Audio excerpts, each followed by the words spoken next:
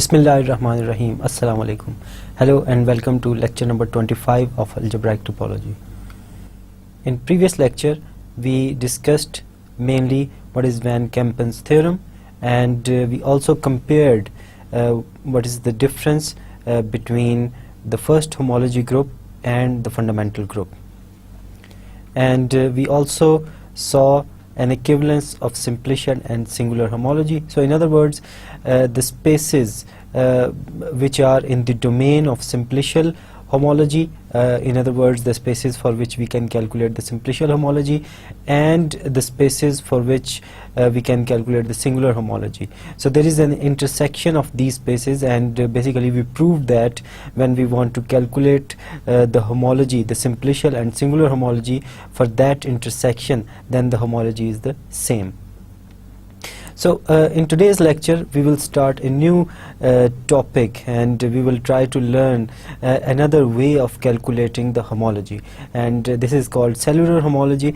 But before going to that topic, we need to discuss some basic ideas that will lead us to define and to apply cellular homology. Okay. So in today's lecture we will discuss some basic topological results, and then we will see a very important class of examples called projective spaces. So what are projective spaces and how we construct them, that's topic of our today's discussion. And then in the last section we will see how we can attach a cell.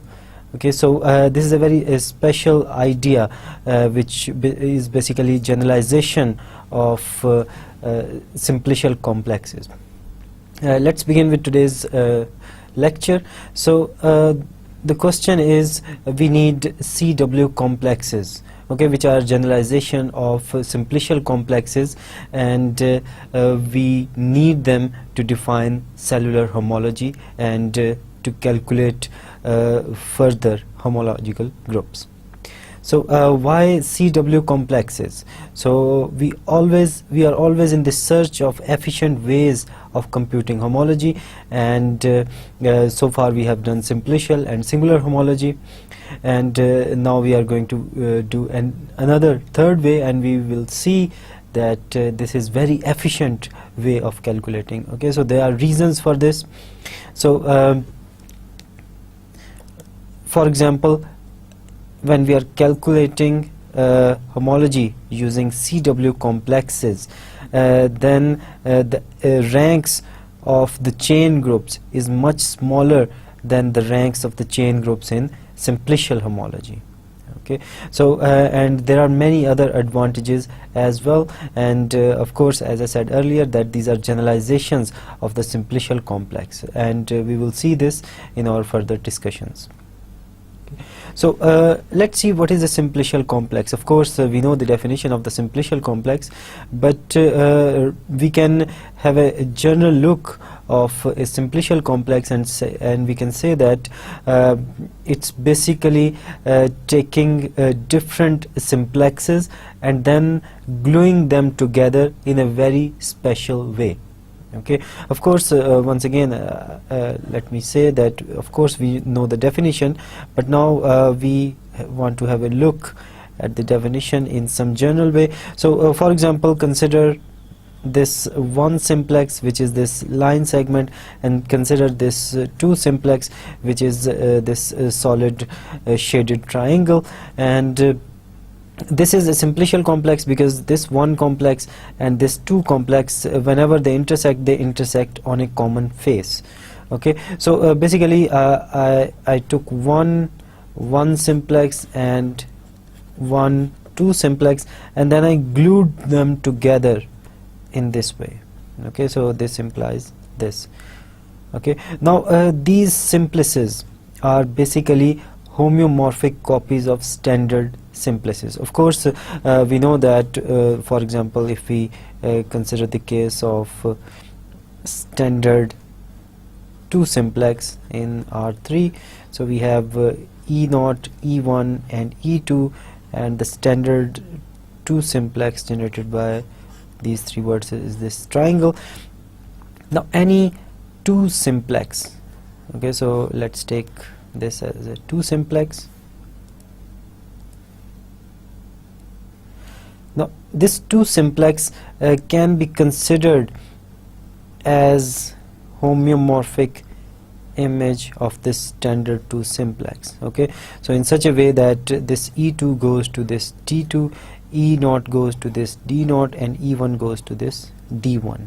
Okay, so this 2 simplex is homeomorphic copy of this standard 2 simplex. So we can say that simplices are in fact homeomorphic copies of standard simplices, and what we are doing is we are taking homeomorphic copies of standard n simplices and we are gluing them in a special way. That's what a simplicial complex is. Okay, now we want to generalize this thing, and instead of taking this special way of taking the homeomorphic copies, we take another way of taking almost homeomorphic copies of standard simplices, and then we glue them in a special way. Now that's what the plan is, to define CW complexes. Now to define the word glue precisely, we need some topological results. So let's review some results from topology, and let's recall some results from the quotient topology. So what is a quotient topology? If I have a topological space X and a collection of disjoint subspaces of X such that when I take their union, then it will give me the whole space. In other words, I have a partition of this topological space. Okay. Now the natural map which will take this topological space X to X prime. What is X prime? X prime is the collection of these sets which forms the partition of X. And if I define this map like this, okay, so V of X is equal to Xj. Of course, if I take any element belong to X, then this implies that X belongs to some J, okay, for some J. So why is that true? Because the union of Xj is equal to the total space X. So that's why any element X of capital X will belong to some Xj, and we define this map using this idea. If I take any element of this capital X, then the image is basically Xj, where X belongs to J. Okay, now the quotient topology on X prime is the family of all subsets U prime of X prime for which V inverse U prime is open in X. Okay, so if we have this map, then we can find the inverse of this V as well, and that's how we define the open sets of X prime. So a subset of X prime is open if its inverse image is open. Okay, so that's how we define quotient topology. So in short, we need a partition of the topological space X to define the quotient topology. Okay, because if we have the partition, then this map V is very natural in this way. We don't need to do anything to define this map V, and if we have the partition, then we can have a quotient topology. Now there are many ways of defining the partition, defining a partition of a topological space. So for example, if I have a topological space X and A is a subset of X, then we can construct the following partition of the topological space. So what is this partition? Take this set A and take its union with the singletons of the rest of the X. So for example, if this is my topological space X and this is the subset A, then I'm taking this A to be one set and each and every element of X to be one singleton. Okay, now this form a partition of the space because I'm taking this A to be one set and each and every singleton to be another. So that's why it will partition, because the union of all these sets will be equal to X. Okay, so once we have this partition, then of course we can define quotient topology, and in this quotient topology we will have a map V from X to X prime, and using this map we can define open sets of X prime. So the subsets of X prime are open if the inverse image under this V is open in X. Okay, so once again, if we have a partition, then we can define quotient topology. Okay, so consider this set X, which is equal to 0 1 closed interval, and a subset of X 0 1. Okay, now use this idea of above example in this example of closed interval 0 1 and try to construct the quotient topology. Okay, so in this quotient topology, what is our X primes? Or X prime is equal to the set A union with the singletons X such that X belongs to X minus A. So in other words, if I have this closed interval 0 to 1, then this 0 and this 1, this set is one point in the quotient topology, and the rest of the elements are each and every point from this from this interval, or we can say each and every point between 0 and 1 and not equal to 0 and 1 is one point in the quotient topology. Okay, but then this A is one point. In other words, so this A contains 0 and 1, which are now identified. In other words, it's now one point. In other words, we can say that topologically or intuitively speaking, this is now a circle. Okay, so this quotient topology is basically a circle. Now let's consider another way of creating a partition of a topological space. So we can define an equivalence relation. Okay, so what is an equivalence relation? It's a relation which is reflexive, transitive, and symmetric relation.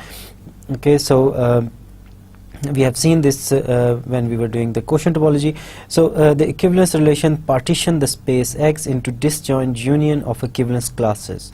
Okay, so let's call this collection of equivalence classes X prime. Okay, and of course whenever there is a partition, we can define this map V, which is very natural.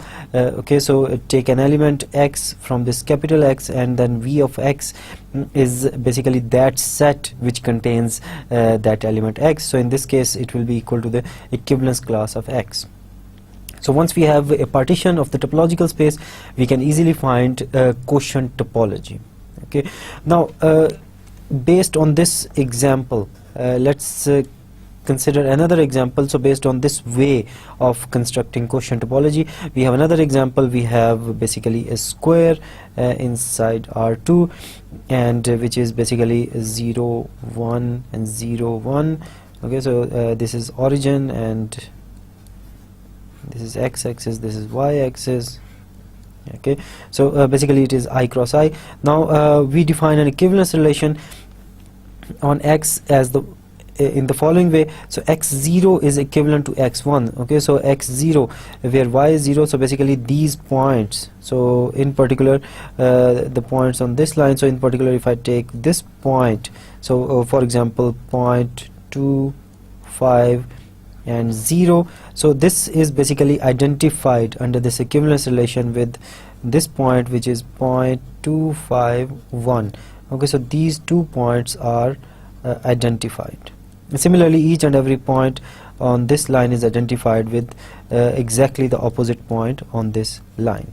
Okay, so when we take the quotient, okay, so of course this defines a partition of the space. So each and every point which is not on these two lines is remains the same, and we take them as singletons, and apart from these singletons, okay, so such that X belongs to let's call this portion A.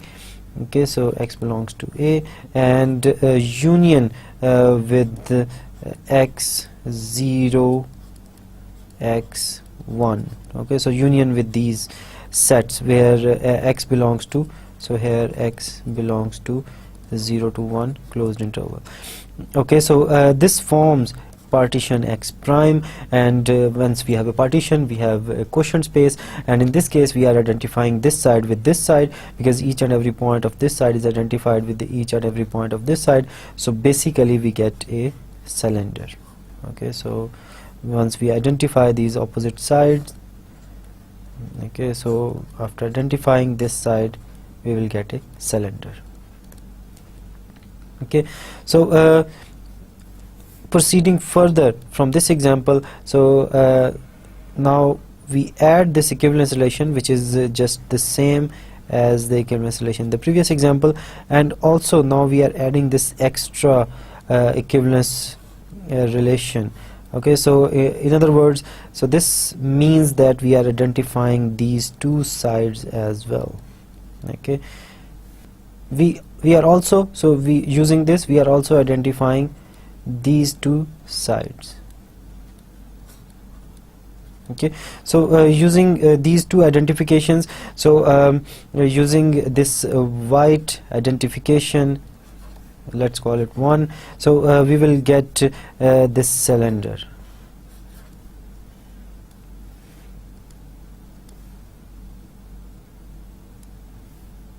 And using this blue identification, we can identify this side with this side. So basically we identify this side with this side, and at the end we get a torus. Okay, so the quotient topology in this case is basically a torus. So we started from I cross I, the square, and the quotient topology is basically a torus. Now let's continue with our definitions and results from topological spaces. So we want our CW complexes to be Hausdorff. Okay, and we obtain CW complexes after gluing some homeomorphic, almost homeomorphic spaces of standard simplices. Okay, so in order to understand what is glue means, we need to understand the quotient topology. So in other words, we are constructing CW complexes after taking quotient of topological spaces, and we want our CW complexes to be Hausdorff. Okay, and of course to understand and to make sure that our CW complexes are Hausdorff, we need to understand, of course, what is a Hausdorff space, and then we also need to understand that when the quotient topology is Hausdorff. So in general, the quotient topology is not Hausdorff. Okay, so let's first start from the definition of Hausdorff. So a topological space is a Hausdorff space if for each pair x, y belongs to x, there exist open sets u and v such that x belongs to u and y belongs to v and their intersection is empty. So in other words, if I have x and y, then there exist open sets u and v such that x belongs to u and y belongs to v and their intersection is basically phi. So as an example, consider the real line. Under the usual topology, it is an Hausdorff space. So if I have any real number x and any real number y, okay, so no matter how close they are, we can still find an open set. Okay, so for example, if the distance between x and y is, let's call it epsilon, then I can construct an open interval around x. So construct set of all points which are at a distance of epsilon by 3. So distance of epsilon by 3 or less than epsilon by 3 from x. Okay, so this is set of all points whose distance from x is less than or equal to epsilon by 3. And similarly, we can construct another open interval with centered at y and set of all points whose distance from y is less than or equal to epsilon by 3. So these are the two intervals. So let's call it u, let's call it v, and these open intervals don't intersect, their intersection is phi, and x is contained in u and y is contained in v. Okay, so this is our u and this is our v. So we can do this for each and every pair of points of on the real line. So that's why we can say that the real line is a Hausdorff space. So of course, in order to understand when the quotient topology is basically Hausdorff, we need to understand more things. Okay, so our next definition is a closed binary relation. Okay, so when a binary relation is closed, so what is a binary relation? So a binary relation on x. Okay, so a binary relation on X is a subset of X cross X. Okay, and there are examples of binary relation. So for example, consider equivalence relation. So equivalence relation is an example of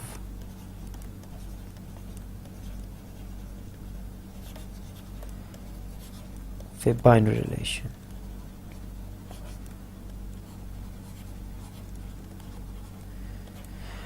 Okay, so and of course we can find other examples of binary relations as well. Okay, now its graph. Okay, so if X is a binary relation on a space X, okay, so let's call it tilde. If tilde is a binary relation on a space X, then its graph G is the subset of X cross X defined by this. Okay, so we are just writing down these points x1, x2, which are related with each other. Okay, so of course this is a subset of X cross X, and that's what a binary relation is. So we say that this binary relation is closed if its graph is closed subset of X cross X. Okay, so X is a topological space, and we can construct the product topology on X cross X, and so X cross X has a topological structure, and this subset G of X cross X is closed if it is closed in this topological space under this product topology. Of course, we know what is an equivalence relation. An equivalence relation is a binary relation which is symmetric, reflexive, and transitive. Now, if tilde is a closed equivalence relation, okay, so we already defined what is a closed binary relation. So we know what is a closed binary relation. And since every equivalence relation is a binary relation, so basically we know what is a closed equivalence relation. So if we have a closed equivalence relation on a compact Hausdorff space X, then the quotient space is also compact and Hausdorff. So that's our condition on the check that when the quotient topology is Hausdorff. So what we want, when we have an equivalence relation, then that equivalence relation can partition the space X, and once we have the partition of the space X, then we can define the quotient topology. But if in general, if this equivalence relation is not closed, or take any equivalence relation, then this quotient topology may or may not be Hausdorff. But when this equivalence relation is closed, then this quotient space is compact Hausdorff. Okay, so as a corollary, we can say that if X is a compact Hausdorff space and A is a closed subset, then X quotient A is compact Hausdorff. So once again, what is this quotient space? So we have a subspace A of X. Then we can define the partition of X using this set A in the following way. So A union and the singletons from the rest of the space X minus A. So this is a partition, and we call it we can call it X prime, and then this partition will define a quotient space. Okay, and this theorem says that if we have this equivalence relation, which is a closed equivalence relation, then this quotient space is also compact Hausdorff. So in particular, if we have a compact Hausdorff space and A is closed subset, okay, so A is closed subset of a compact space, so it is compact, and then we can see the details that this quotient space is a compact Hausdorff. Okay. Let's begin with our next section of today's lecture, which is called projective spaces. So this is a very important class of examples which will help us in understanding the calculation of the homologies. So start from this example. Consider this field R and consider an equivalence relation on R2 minus the origin. So in other words, what we are doing is we are taking this plane and we are deleting this origin. So origin is not included in our construction. and then we define equivalence on this set as 2 points. Okay, so 2 points are equivalent if they are scalar multiple of each other and this scalar is non-zero. Okay, so x is equivalent to y if there exists lambda which is non-zero element such that x is equal to lambda y. Okay, so let's try to understand this equivalence relation first, and then we will go on to this quotient space. So let's take, this is 1 point and this is another point. So let's call this point 1 1 and let's call this point 1 2. Okay, so or let's call it 2 3. Okay, so now according to this definition, is it possible to find a lambda, to find a real number, non-zero real number, such that when I multiply 1 1 with that real number, then I get 2 3? Of course this is not possible, because whenever I will multiply any real number with this one, for example if I take that real number to be 2, then this becomes 2 2, and if I want the second coordinate to be 3, then I should multiply it with 3, and then the first coordinate becomes 3. Okay, so there is no lambda such that when I multiply lambda with 1 1, then I get 2 3. So they are not equivalent. Okay, so let's take another point. Okay, so let's take another point 2 2. Now the question is, are these 2 points equivalent to each other under this equivalence relation? Can we find a lambda such that when I multiply that lambda with 1 1, then I get this number 2 2? Of course it is possible. The lambda in this case is equal to 2, so 2 into 1 1 is equal to 2 2. So these two are related. Okay, so these 2 points are related, and can we guess any other point which is equivalent to 1 1? Of course we can guess many points: 3 3 4 4 5 5 7.9 7.9 100 100 1 billion 1 billion. So as long as the 2 coordinates are same, then those points are equivalent to the point 1 1. And similarly we can go on the negative side: as long as the x coordinate and y coordinates are equal, then these 2 points are equivalent. So in other words, we can say that each and every point whose x coordinate is equal to y coordinate is equivalent to this 1.11. Okay, so in other words, the equivalence class of this point 1 1 is this straight line y is equal to x. So each and every point on this y is equal to x is equivalent to the point 1 1. Let's take another point. Okay, so let's take another point 1 2. Okay, so we can use the same trick, and we will see that the points which are equivalent to this point 1 2 are basically the set of all points which lie on this line y is equal to 2x. So we can carry on this discussion, and at the end we will realize that the lines passing through origin are basically equivalence classes of this equivalence relation.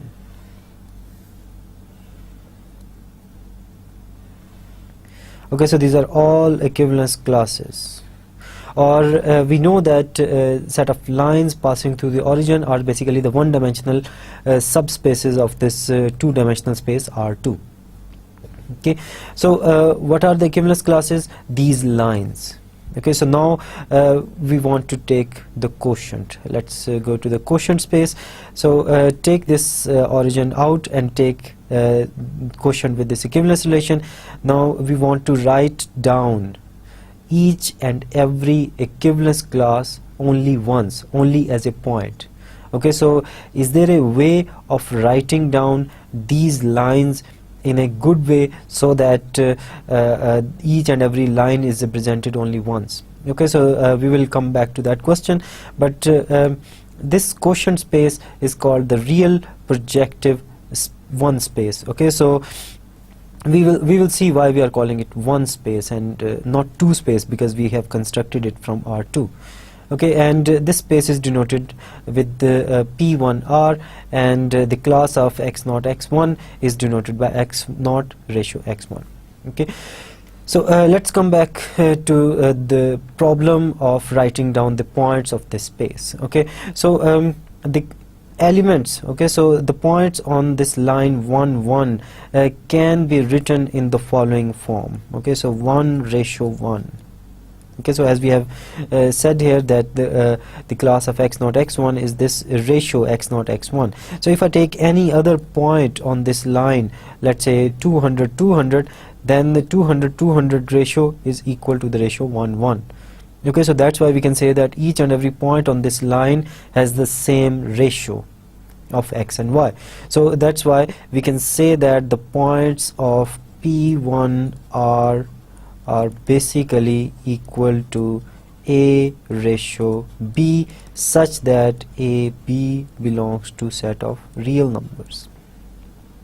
Okay, so let's see now why this is a one space, because we have constructed it from R2. So once again, when we take the quotient, then we want to write down the points of this quotient space. In other words, we want to write down each and every line, or we want to write down the representative of each and every line only once. Okay, so we can do it in the following way. Take line at y is equal to 1. Now each and every line which is not parallel to y is equal to 1 will intersect y at y is equal to 1. Okay, and we know that each and every line will intersect y is equal to 1 except for one line, which is the x-axis. So this x-axis will never intersect y is equal to 1. So in other words, we can say that we can get a representative of each and every line except for the x-axis if we take the intersection of each and every line with y is equal to 1. So we also see that given any line, it will intersect y is equal to 1 at one point, and given any point on this line, there will be a line passing through the origin which is intersecting y is equal to 1 at that point. So in other words, we can say that this is a real line. Okay, so we get a real line plus this point which we are still trying to figure out how to represent this. Okay, so basically I can write down this P1R to be equal to R1 union something. Okay, so basically it is one point. Okay, so we can just say that it is point at infinity, because we can see that, or we can assume that these two lines are not intersecting in the finite plane, and they will only intersect at infinity. So that's why we can say that this line y is equal to 1 and x-axis intersect at infinity. But now you could have said that, okay, so why I'm not taking the line x is equal to 1 and I'm taking the line y is equal to 1. Okay, so now let's take the point x is equal to 1. Now when we take this point x is equal to 1, then each and every line, so the same procedure happens here, each and every line intersect x is equal to 1, and each and every point on this line represents a line passing through the origin. Okay, so we can say that this P1R is equal to R, but then there's one point which is not represented here, so which is the y-axis. So we can say that this line intersects this y-axis at infinity. So this is basically R union infinity. Okay, now is there any other clever way of looking at this situation? Of course there is. So if you see this point, then this is the origin of this real line. Okay, so this is the point 0 1, so this is the origin of this this real line y is equal to 1. Similarly, the origin of x is equal to 1 is this point, which is the point 1 0. Okay, now this line is not represented in this P1R.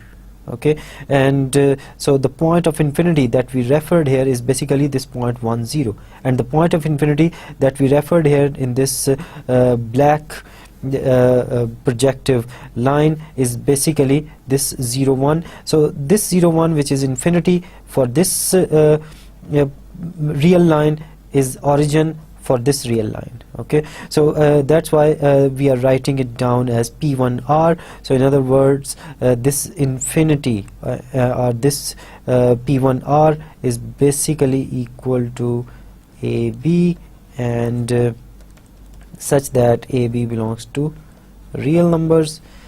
And this real line is here because we assume that y can't be 0. In other words, we assume that this b can't be equal to 0, so we can write it down as a over b 1 such that ab belongs to R.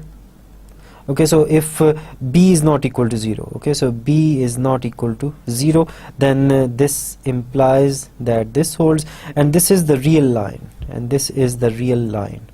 But when b is equal to 0, then we get 1 0.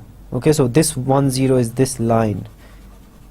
Okay, sorry, this line x-axis, which is not represented in this. Okay, so we can say that when y is not equal to 0 or b is not equal to 0, then we have this real line, and when b is equal to 0, then we have this point 1 0, and so 1 0 is basically the point at infinity for this red projective line, and for this black projective line we can do the same things. Now there is another way of writing down these lines. So if I take this semicircle, okay, and then we can see that each and every line will intersect this semicircle only once again, except for this x-axis. So we can identify these 2 points using some equivalence relation, or we can say that take this circle of radius 1 and identify the opposite points. Okay, so these are called the antipodal points. So opposite this, so identify this point with this point, and identify this point with this point, and passing through the origin. Okay, so identify these points, and this basically gives me this real projective space of dimension 1. Okay, so this is basically a pictorial depiction of this real projective space. Now we can do the same procedure for higher dimensional spaces. So now let's consider the example of 3-dimensional space. In R3, consider the set of all lines passing through the origin, because this equivalence relation represents the lines passing through the origin. Okay, so if we take the lines, all the lines passing through the origin, then the next question would be, we want to write down the representative of each and every point. Okay, so we can use the same trick as we did in the previous discussion. So the trick is, take a plane at z is equal to 1. Okay, so when we take a plane at z is equal to 1,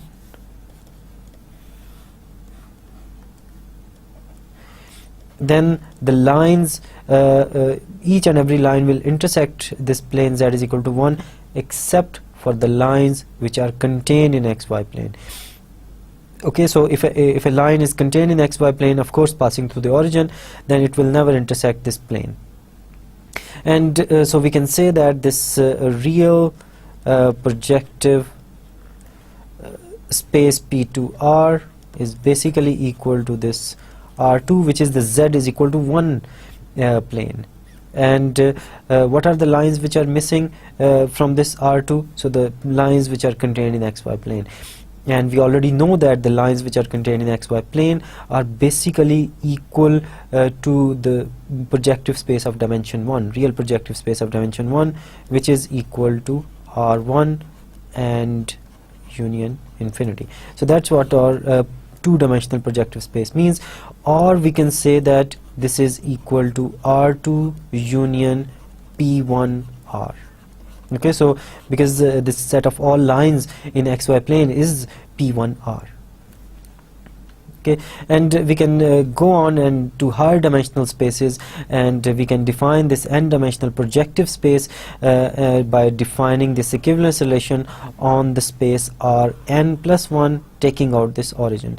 Okay, so remember why we are taking out this origin, because if we include this origin, then in this quotient space there will be only 1 point. Okay, so Rn plus 1 quotient, this equivalence relation is just 1 point, the origin. Why? Because origin is included in each and every line passing through the origin, and if we don't take this origin out, then this origin will be representing each and every orbit, and this will collapse our structure. So that's why we are taking out this origin. So this quotient space is called real projective n space, and it is denoted by P and R, and once again the elements of this are denoted by the ratios, because these are the ratios, and these ratios represents the line passing through the origin. Okay, for each n there is an embedding of Pn minus 1 R to Pn R. So we have seen this thing when we were defining this real projective 2 space. Okay, in this case this is equal to R2 union P1R. So in other words, we can say that this P1R is contained in P2R. So P1R is embedded in P2R. So in general we can say that Pn minus 1, so one dimensional lower projective space, is contained in n-dimensional projective space, and this embedding is given in the following way: x0, x1, xn is embedded like this. Okay, so it should be the other way. So this is embedded like this. Okay, and we can take the union, the infinite union of these projective spaces, and this is an infinite dimensional R projective space, and it is denoted by P infinity R. Okay, so we are taking the union for each and every n, and this union is basically infinite dimensional real projective space.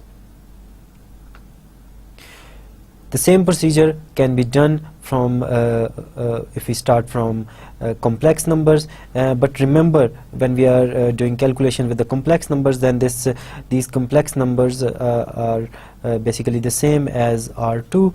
So basically it will be the same procedure. So instead of writing down this C, just replace it with R2. So basically we are doing the same procedure for even dimensional real spaces. Okay, and each and every definition and each and everything is very clear in this way.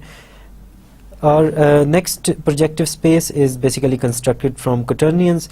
So what are quaternions? So remember that we when we discussed the projective spaces for complex number, we said that this is the same as R2. In other words, we say that this C is a two-dimensional vector space over R, generated by the elements 1 iota over the set of real numbers. Now if we can do it for two-dimensional real numbers, then we should be able to do it for any dimensional real vector space. So now we are going to do it for this four-dimensional vector space. Okay, if we have this four-dimensional vector space, then we can do the same construction. But let's first discuss what is this four-dimensional vector space. So it is generated by the elements 1 I j k over the real numbers. So the relation between I, j, k are basically I square is equal to j square is equal to k square is equal to -1, and these relations. So if you want to remember these relations, then there is a simple rule. So take a circle and draw these clockwise arrows. Then I into j, if you are following the same side, if you are following the arrows, then I into j is k without a negative sign. But if you want to move opposite to the arrows, so for example I into k, this is equal to j. Okay, so that's what we can say, I into k is equal to -j. Okay, so over here there is negative, so we can multiply the negative on the other side. So I into k is j. Okay, so we call this structure quaternions, and it is denoted by this black bold H. Okay, so in fact the quaternions form a division ring. So what is a division ring? So division ring, we can say that is a field where, okay, so of course this is a rough description, is a field where multiplication, so every condition of the field is true in division ring, but what is not true, where multiplication is non-commutative. So in other words, if you want to define the field, then this is basically a Abelian group under addition, and it is group under multiplication with distributive laws. Okay, so remember there is no abelian over here. Okay, so 1, 2, 3. So these are the three conditions which define a division ring. So of course this is a four-dimensional vector space, and the only thing that we need to make sure is that the elements have inverses in this vector space. Okay, so for any w, so for any element w of h, it has the form a plus bi plus cj plus dk, and this a, b, c, d are basically real numbers. Okay, so of course it has a multiplicative identity, which is basically take b, c, d equal to 0 and a is equal to 1. This is the multiplicative identity in this division ring. Now if we want to see what are the inverses of these elements, then we can define this norm of the elements of h in the following way. So what is a norm? So a norm is basically a function from a vector space to the positive real numbers such that it satisfies three properties. So number one, alpha v is basically equal to a mod of alpha norm of v, and also we have the second property that v plus w norm should be less than or equal to v norm plus w norm, which is called the triangle inequality. And the third property is that this norm is 0 if and only if v is 0. Okay, so this is what is a norm space, and we have a norm on this vector space of quaternions. So using this norm and using the fact that the conjugate of w in this case can be defined very similar to the complex case, just replace I with minus I, j with minus j, and k with minus k, and we get this conjugate of w. And once again, when we multiply w with its conjugate, we get this expression which is exactly the same for complex numbers. And if we want to calculate what is w inverse, then this is just equal to the conjugate of w divided by the norm of this w. So we can calculate the inverse of the elements of these quaternions. So we can say that these quaternions is basically a division ring. So we have this four-dimensional real vector space quaternions, and we want to construct the projective space over this four-dimensional real vector space. And once again, the procedure is the same. So as I said, that it is basically the same as R4, because H is basically our four-dimensional real vector space. So when we want to construct the projective space for these quaternions, then basically what we are doing is we are considering real spaces of dimension which are multiple of 4. Okay, so basically we are considering r raised to power 4n. Okay, so whenever we are doing this construction, we are doing basically keeping in mind that we are doing it for r raised to power 4n, because this h is the same as r raised to power 4, and when we are taking some power, then we are taking some power of r, which is 4 multiple. Okay, and the rest of this discussion is same, but we can construct it for quaternions as well. So the projective spaces for quaternions. Now for every n greater than or equal to 0, the projective spaces are compact Hausdorff. Okay, so we have seen a condition under which this quotient topology is Hausdorff. Now if you are wondering that how these projective spaces are quotient spaces, so as I said earlier, that this P1R is basically quotient of this S1. So quotient under the relation that we identify the opposite sides. So these are called the antipodal points. So we are identifying the antipodal points. So under this equivalence relation, we can say that P1R is basically equal to S1 quotient with the equivalence relation, and this equivalence relation is defined as x is equivalent to y if and only if x is equal to plus minus y. Okay, so of course x is equivalent to x and x is equivalent to minus y, or basically when y is equal to minus x, then they are equivalent. Okay, so if this is x, then this is minus x, and they are equivalent to each other. Okay, and similarly we can say that if we want to construct P2 of R, then this is the same as S2, quotient with the same equivalence relation, and in general we can say that this P and R is the same as Sn, quotient with this equivalence relation when we are identifying the antipodal points. Okay, so this is the situation for R2, where each and every line intersects this sphere twice basically, and that's why we are identifying this point with this point so that each line is represented only once. Okay, because otherwise this line intersects the sphere at 2 points. So if we represent P2R as a sphere, then each line will be represented twice. So that's why we identify these opposite points so that we can get only one representative for each and every line.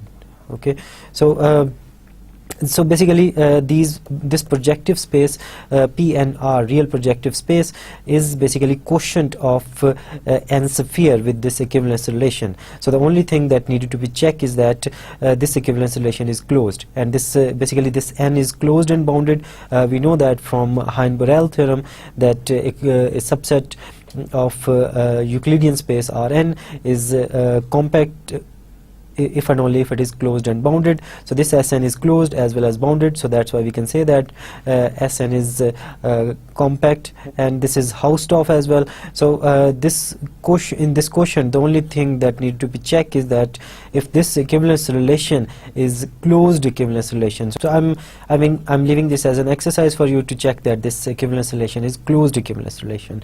Okay, so you can also find the proof of this theorem in the book of Joseph Rotman, but this is not included in your examinations.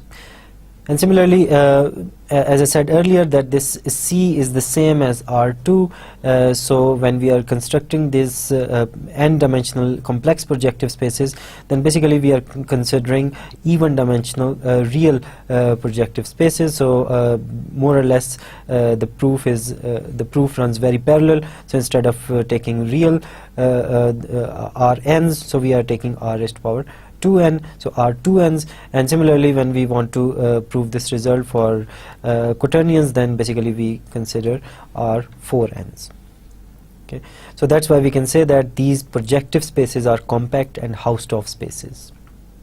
Okay, now let's come to the last section of today's lecture, attaching cells. So once again, as I said earlier in our introduction to the lecture, we want to construct spaces by gluing them.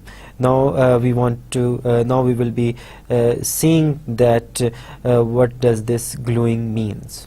Okay, so let's start with this definition of coproduct. If we have two spaces x2 and x1 and x2, the coproduct x1 and x2 denoted by this is disjoint union of x1 and x2 in which x1 and x2 are open sets. Okay, so that's how a rough idea of coproduct is. Okay, and of course if we have continuous functions from xi to y, so for example if f1 is a continuous function from x1 to y and f2 is a continuous function from x2 to y, then we can define the following continuous function f1 union f2 from x1, this special union x2 to y. Okay, so how we define this function? So x1 union x2, because x1 and x2 are basically disjoint. Okay, so when we want to apply x1 this union f2 on some point, then this point belongs to either x1 or x2. If it belongs to x1, then we apply f1 of x1 if x belongs to x1, and this is equal to f2 of x if x belongs to x2. Okay, so that's how we can define the coproduct and a continuous function from coproduct to another topological space. Now we have come to an important definition of today's lecture. So if I have two spaces x and y and A be a closed subset of x, and we have a continuous function from A to y, then the space obtained from y by attaching x via f is basically this. basically this is the disjoint union of x and y, this is the co-product of x and y, quotient with this equivalence relation. So what is the equivalence relation? So basically we are identifying the points of A with the images of A inside y. Okay, so for example, if I have this space X and if I have this closed subset A of X, okay, so it is the circle, not the shaded disk, it is the circle, and this is the space X, it is a closed subset of X, and let's consider this Y, which is basically this hemisphere. Okay, so this half sphere. Okay, so we can define a continuous function from this A to Y.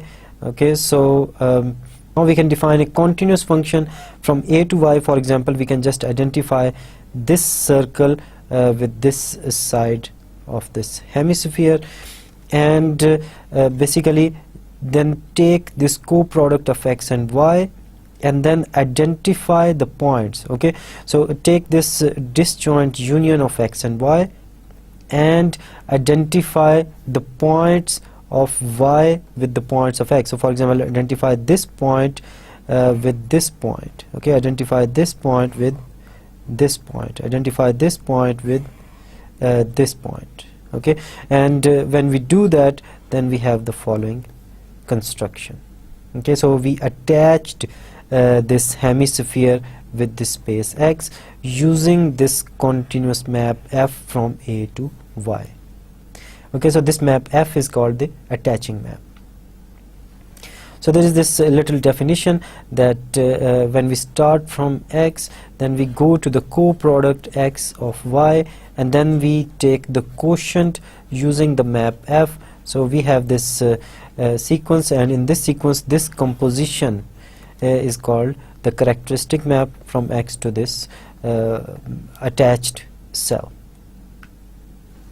So what is an N cell? An N cell is a homeomorphic copy of the open N disk. So for example, if N is equal to 2, then basically we are saying that take this D2 and take out this S1. Okay, so take out the boundary so that this is E2 cell. Okay, similarly we can define E3, E4 and En. Okay, now if we consider this space which is open disk D1, D2, sorry, then this is homeomorphic to R2. Okay, so we can easily define a map from this disk to the set of real numbers and such that this disk, this open disk, okay, so this open disk is the same as R2. Okay, so in general we can say that Dn minus Sn minus 1 is homeomorphic to Rn. So now we are going to use these cells and we are going to attach them with some topological spaces, and this will give us our construction. Okay, if Y is a Hausdorff space and f from Sn minus y to y be continuous, okay, then this Dn, this attached cell, is called the space obtained from Y by attaching an N cell via F and is denoted by YF. Okay, so what is this Dn? So let's consider the case D2. In this case D2 is this disk, and this D2 has boundary S1. Okay, so this is the boundary S1 of this disk D2. Now if I can define a continuous function from this S1 to some space Y, so for example this is the space Y, okay, so let's say this is the space Y. So we can define, if we can define a function f, continuous function f from S1 to this space Y, okay, then this way we can attach this Y to this disk D2. Okay, so we will get something like this. So this is the D2, and we can attach it by identifying. So how we can attach it? Basically this map, for example in this case, in this pictorial depiction, we can identify this point with this point, and this point with this point, and we can identify this point with this point, and we can use for example, this goes to this, and this goes to this, and this goes to some other point, this. So we can use this identification, and we can construct basically space like this. Okay, so attaching Y to this disk D2.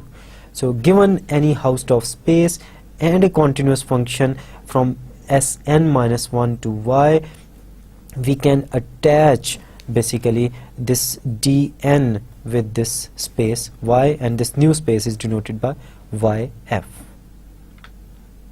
Okay. So before going further, we have another little definition. Relative homomorphism, if we have a continuous function g from xa to yb is relative homeomorphism if g restricted to x minus a, basically it's a function from x minus a to y minus b is a homeomorphism. So it has to be a continuous map from this pair of topological spaces to this pair of topological space, and this is relative homeomorphism if it is a homeomorphism from x minus a to y minus b. Now let's consider another theorem which will give us a way of constructing this attached or attaching cell constructions. Okay, so given a Hausdorff space Z and Y is a closed subset of this space Z, and E be basically an N cell. So in this pictorial depiction I am taking this cell of dimension 2. Okay, if there is a relative homeomorphism from Dn Sn minus 1, so in other words, if there is a map from homeomorphism from Dn minus Sn minus 1 to E union Y minus Y. So in other words, we are just talking about E.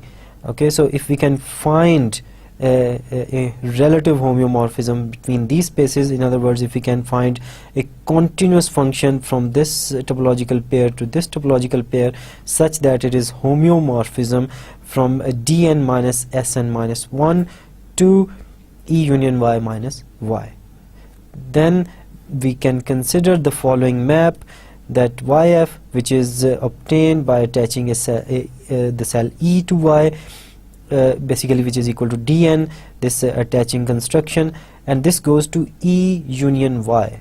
Okay, so this is a homeomorphism. So in other words, we can say that if in a space Z, if I have two spaces, so one is an N cell, another is a closed subset of Z, then I can define, okay, and of course if there is a relative homeomorphism phi from Dn Sn minus 1 to E union YY, then we can say that this E union Y is basically obtained by attaching an n-dimensional cell to Y.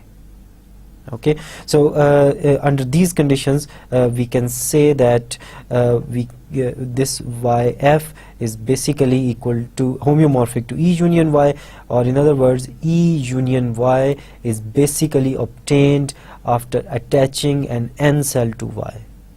Okay, so we are going to use this result in our further discussion. So next is a theorem which will say that this projective space, n-dimensional real projective space, is obtained from Pn-1R by attaching an N cell. Moreover, there is a disjoint union of these spaces. Okay, so now we can do the following thing. So let's consider this pictorial depiction. So as I said earlier, that this Pnr is basically equal to Sn quotient with this equivalence relation, which is basically identifying the antipodal points. So x is equivalent to y if and only if x is equal to plus minus y. Okay, so now in this pictorial depiction of the two-dimensional case, if I just consider the upper part of this sphere, or this northern hemisphere, then basically I can consider this upper part, or the part for which this third coordinate z is not 0. Okay, so let's write down the equivalence classes. So now consider the following set E, which is basically equal to x1 up to xn plus 1. Basically this is the equivalence class under this equivalence relation, and this belongs to projective space, n-dimensional projective space, and such that xn plus 1 is not equal to 0. Now the complement y is complement of E in P and R. So for example, in this case, if I take this upper hemisphere and not consider this red circle, then this is our E, and this circle in xy plane. So after this identification, so this circle is nothing but one-dimensional real space. So we can say that this y, which is complement of E in this, is basically Pn minus 1 R.